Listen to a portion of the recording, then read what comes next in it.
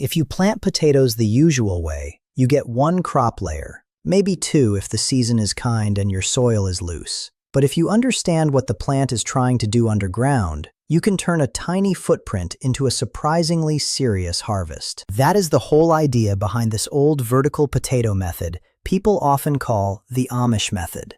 It is not magic. It is not a guarantee. And it is not the right method for every potato. But when you use the right type, build it the right way, and manage water like you mean it, you can pull an awful lot of potatoes out of a space about the size of a card table seat. What makes this method so useful is simple. You are not asking the potato plant to spread sideways through a long garden row. You are asking it to keep producing along buried stem as it rises. That matters because potatoes do not just make tubers anywhere at random. They make them on underground side shoots called stolons. Put plainly, when you keep covering the stem as it grows, the plant can keep forming those underground runners, and those runners can keep swelling into potatoes. You are stacking production upward instead of outward. Now, before you spend 1 minute building a tower, here is the part most people skip, and it is the part that decides whether this works or disappoints you. You need indeterminate potatoes. Not just any seed potato from the store, not just whatever was left on the rack at the garden center, and not just the prettiest name in the catalog. Indeterminate types keep setting tubers along successive buried stem sections. Determinate types mostly form one main layer, sometimes a little more, and then they are done. If you use a determinate potato in a vertical tower, you can do all that piling, all that watering, all that lifting, and all you have really built is a tall container for an ordinary yield. That is why varieties matter so much here. Russet Burbank is one people mention often for this method. Kennebec is another good candidate. German Butterball is another one worth looking for. There are others depending on your supplier, but the category matters more than the label.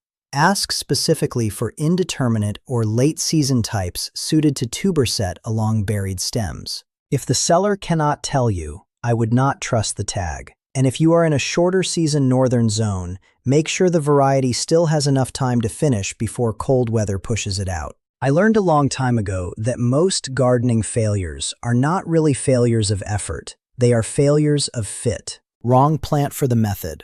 Wrong method for the climate. Wrong timing for the biology. This is one of those cases. I have watched people build a beautiful potato tower, baby it all summer, and then act shocked when they got a modest little pile at harvest. The tower was fine, the compost was fine, the straw was fine, the watering was mostly fine, the potato type was wrong. That one mistake turns an exciting method into extra work. The good news is, once you understand that piece, the rest of this method is straightforward. It takes some setup, it takes regular watering, and it takes a little nerve because every time the plant finally looks like it is getting somewhere, you bury most of it again. But that burying is the point. By the end of this, you will know how to build the tower, what to fill it with, when to cover the stems, when to stop, and how to avoid the two mistakes that ruin most vertical potato towers by midsummer. Start with the structure. The common version uses wire mesh or fencing rolled into a cylinder. For a home garden, about 4 feet across and about 3 feet tall works well. You can go a little narrower if space is tight, but if you go too narrow, the center dries unevenly and harvest gets cramped. You can go taller too, but I generally do not recommend it unless you already know your climate and watering well. Tall towers sound impressive. They also dry out faster, lean more easily, and can become a headache to manage when summer heat comes on strong. Take that mesh and make a cylinder. Tie it securely in at least 3 or 4 places so it holds shape when filled. The inside wall gets lined with straw. Not hay if you can help it. Straw. That difference matters. Hay brings more weed seed. Straw is there to hold your growing mix in place while still letting some air move through the sides. Think of it as a breathable wall. You do not need to pack it like insulation in an attic. You just want a good layer around the inside, so your compost and soil do not spill through every opening in the wire. Here is a small trick that helps more than people expect. Wet the straw lightly as you line the walls. Not soaking wet, just damp enough to settle it. Dry straw shifts and leaves gaps. Damp straw molds into place better and makes the first fill easier. If your back does not enjoy crouching around a wire cylinder, set the mesh on a low table, sawhorse, or even a pair of sturdy blocks while you line the lower half. You can finish the upper half standing more comfortably. There is no prize for building garden structures while bent in half. Now for the base. You want drainage, but you also want moisture retention. Put down a layer about 6 inches deep of a loose mix built mostly from compost with some straw worked through it. A little garden soil can be included, but do not make the mix heavy. Heavy soil compacts in towers, and compacted towers turn into dense, wet columns down low and dry crusts up top. Potatoes like loose ground because tubers need room to expand cleanly. A fluffy mix of finished compost, some decent topsoil, and straw gives you a better balance than raw garden dirt alone. If you want exact proportions, a very practical starting mix is about 1/2 finished compost, about 1/3 loose topsoil or screened garden soil, and about 1/6 straw mixed through for air pockets. Some gardeners add a little aged leaf mold if they have it. That is fine. What I would avoid is loading the tower with hot manure, fresh grass clippings in thick layers, or a rich nitrogen-heavy mix. Too much fresh nitrogen pushes lush top growth. That sounds nice until you remember you are after tubers, not a potato jungle. Once that bottom layer is in, place your seed potatoes on top. For a 4-foot square footprint style tower, 4 to 5 seed potatoes is plenty to start with, not 10. Not 12. Crowding is a common mistake here. People think more seed pieces means more potatoes. Usually it means more competition, more disease pressure, and smaller tubers. Give each seed piece space. If your seed potatoes are large, cut them so each piece has at least 2 healthy eyes. Then let those cut surfaces dry and heal for a day or 2 before planting. That callousing step helps reduce rot, especially in cool spring conditions. Set those seed pieces on the bottom layer with the eyes facing generally upward. Then cover them with a few inches of your soil compost mix. Enough to bury them well, but not so deep that early emergence struggles in cold ground. In most climates, you want to start this after the risk of hard frost has passed and once the soil is warming. In zones 5 through 8, that often means sometime after your average last frost date. In colder zones, wait a bit longer. In hotter southern zones, plant on the earlier side of your cool growing window because potatoes dislike baking roots. And this is where patience starts earning you food. Let the sprouts emerge and grow until they stand roughly 8 to 10 inches above the surface. Then you hill them inside the tower. That means you add more of your loose compost and straw mix around the stems, leaving only the top few inches of leafy growth exposed. In plain English, you bury most of the stem and let the tip keep reaching for light. That buried section is where more stolons can form, and more stolons mean more places for tubers to develop. The biggest mistake at this stage is waiting too long, because the plant looks healthy and you hate to cover it. I understand that. It feels wrong the first time. But if you let the stem get too tall between coverings, you miss productive stem length. The second mistake is covering too aggressively and smothering every last bit of foliage. Leave about 4 inches, maybe a touch more, above the surface. The plant still needs enough green growth to keep photosynthesis going strongly.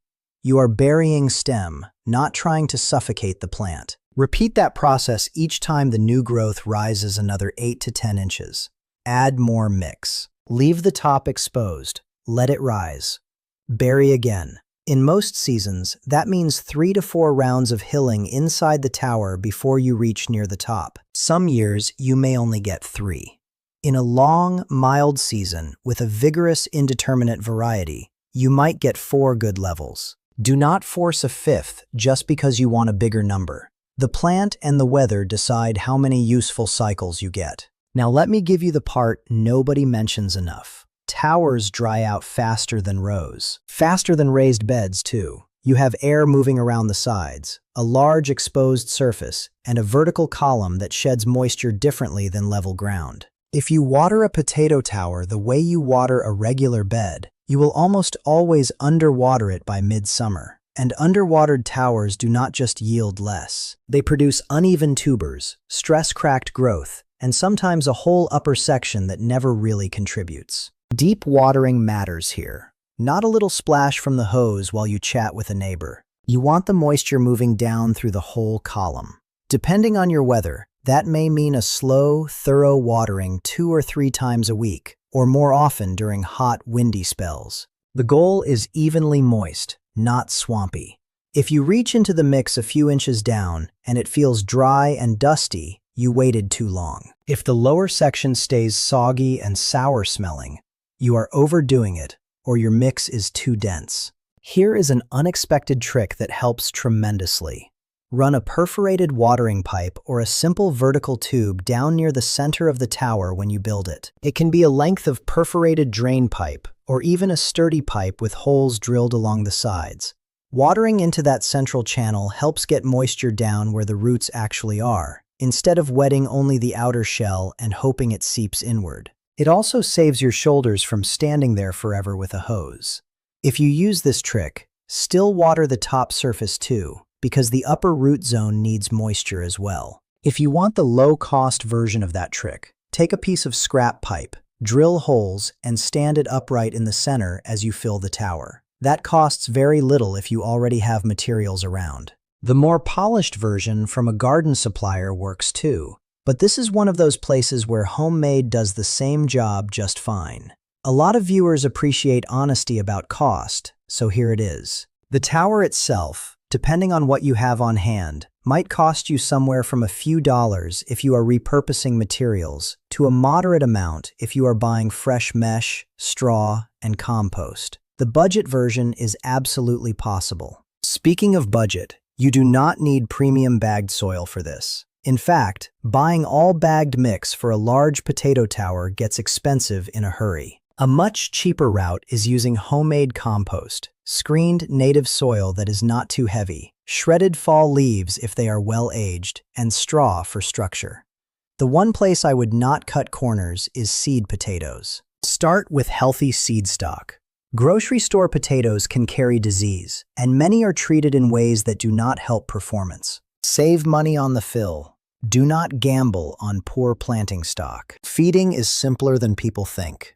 If your compost is decent, potatoes do not need extreme fertility.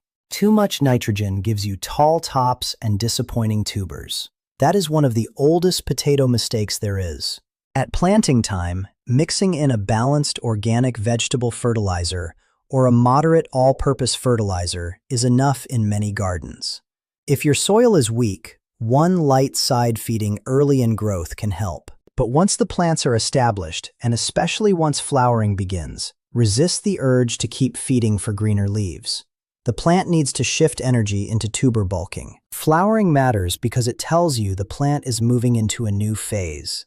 Once flowering starts, you stop hilling. That is important. Up to that point, bearing stem encourages more tuber-producing sites. After that point, continuing to force top growth upward can pull the plant off its best tuber-building rhythm. Let the tower settle into production. Keep watering evenly. Keep an eye on health. But stop piling on more material once you are at or near the top and flowering has begun. This is also the point where sunlight exposure matters in a different way. If tubers get exposed to light through gaps in the straw lining, they can turn green. Green potatoes contain compounds you do not want to eat, so check the tower walls as the season progresses. If you see soil slumping or openings widening, tuck in more straw from the outside or add a little extra around problem spots. It is a simple correction, but people miss it because they are busy watching the tops and forget the sides. Now let us talk about the claim that catches everybody's attention. Can you really get around 100 pounds from about 4 square feet? Under very good conditions, with the right variety, a long enough season, an expertly managed tower, strong fertility, excellent watering, and no major disease pressure, you can get very high yields from a small footprint. But I would frame it this way if you want to stay honest with yourself. Think of that number as the top end of what this system is trying to chase, not what every tower delivers every year. Results vary with climate, soil mix, variety, and care. A really successful tower is still a win, even if it comes in well below the most dramatic story you heard online. I say that because exaggerated yield expectations cause gardeners to abandon good methods too quickly. If somebody hoped for 100 pounds and got 40, they call it a failure. I would not. 40 pounds of potatoes from a compact space is real food. It stores well, it feeds people, it just is not a carnival number. Practical gardening is better than fantasy gardening every time. There is another reason this method appeals to a lot of people, especially if space is limited or bending over long rows is not your idea of a good afternoon. Harvest can be easier. Instead of digging half the garden, you can dismantle the tower and work downward through the column. Some people untie the wire and peel it open. Others lift sections out by hand. If kneeling is rough on your knees, set a tarp beside the tower and unload onto that while seated on a sturdy garden stool. You can sort as you go without stooping over a row with a fork. Still, if you want the simplest harvest of all, there is an easier cousin to this method, and it is worth knowing about. This is the straw-only approach. No wire cylinder, no tall tower, no heavy soil fill. You lay the seed potatoes right on the ground, then cover them with a thick layer of straw. As the plants grow, you keep adding more straw around them, just as you would hill with soil in the standard method. The stems stay shaded and partly buried. The developing tubers remain protected from light. And at harvest, instead of digging, you pull straw back with your hands. That version usually gives a somewhat smaller yield than a well-run vertical tower, but it is much easier on the body and often cheaper to set up. It is especially handy if your native soil is poor, rocky, or hard as brick by July. The big caution there is the same one really, just in a different form. Straw dries out, so moisture management is still not optional. A thick straw bed can conserve water once established, but if it dries out early, or if the seed pieces never get good root contact with the soil beneath, performance drops fast. If you try the straw-only method, start by laying the seed potatoes directly on loosened ground or on ground topped with a little compost. Space them sensibly. Then cover with a generous straw layer. As shoots come up, add more straw gradually, keeping the lower stems shaded and covered while leaving the tops in the light. You are still using the same biological principle. Buried stem can generate more tuber-producing growth. You are just using straw instead of a tall, contained soil column to create that effect. The beautiful part of the straw version comes at harvest. You slide the straw aside, and the potatoes are often sitting there, clean, or nearly so, without the usual digging damage. That means fewer fork wounds, which means better storage. And for older gardeners, or anybody managing a sore back, that matters. The trade-off is that straw can attract rodents in some gardens, and in very wet climates, it can create a slug-friendly environment. So again, fit the method to the place. Whichever version you choose, disease management begins with airflow and clean planting stock. Do not build a dense jungle of foliage and then wonder why blight moved in. Do not water late in the evening if you can help it, especially overhead. Get water to the root zone. Let foliage dry through the day. Remove badly diseased growth early if you see trouble, and rotate where you grow potatoes from year to year when possible. A tower may look self-contained, but potatoes are still potatoes. They carry the same family disease concerns, whether they are in rows, beds, or a vertical cylinder. Let me give you one more small but important tip. Do not rush harvest the minute the tops start fading. For storage potatoes, once the vines die back naturally, give the tubers a little time in the soil or tower to set their skins if conditions are dry and disease pressure is low. That skin set helps them store better. Then harvest on a dry day if possible. Brush off loose soil. Do not wash the potatoes you plan to store. Cure them in a cool, dark, airy place for about a week or two.